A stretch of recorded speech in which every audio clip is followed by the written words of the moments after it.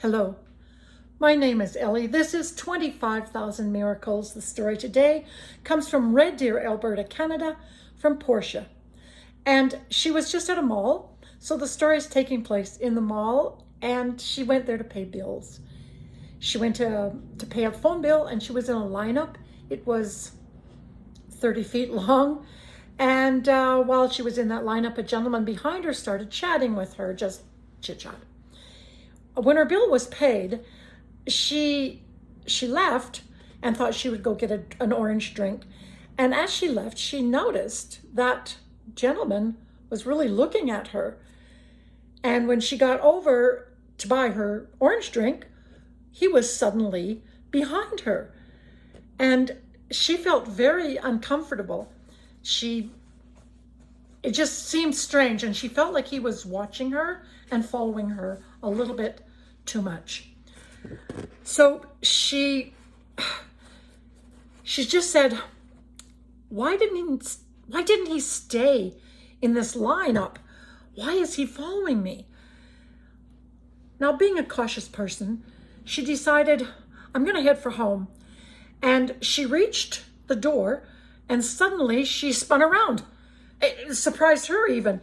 And she almost bumped into the man behind her. Oh my gosh, the man behind her was that same man.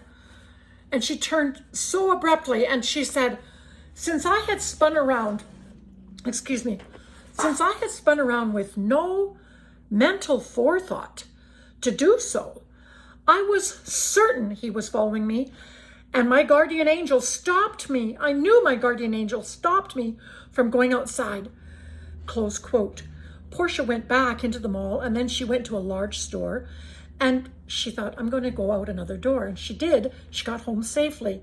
Now, she had actually almost forgotten all about this incident, but she saw a picture in the newspaper, and she recognized the picture. It was this same man who'd been following her. He was being charged with murder. It turned out he had murdered his social worker. He got angry with the social worker because she found him a job, and he stabbed her 17 times. Portia felt such a mix of emotions. This is what she said. I felt deep gratitude for not being one of his victims. Also, that my children still had a mother to take care of them. I felt so sad that his social worker had been murdered, because I'd known that man. I'd known the man that was murdered, and he was a really good man. Close quote. Portia described the social worker as a bright student at university.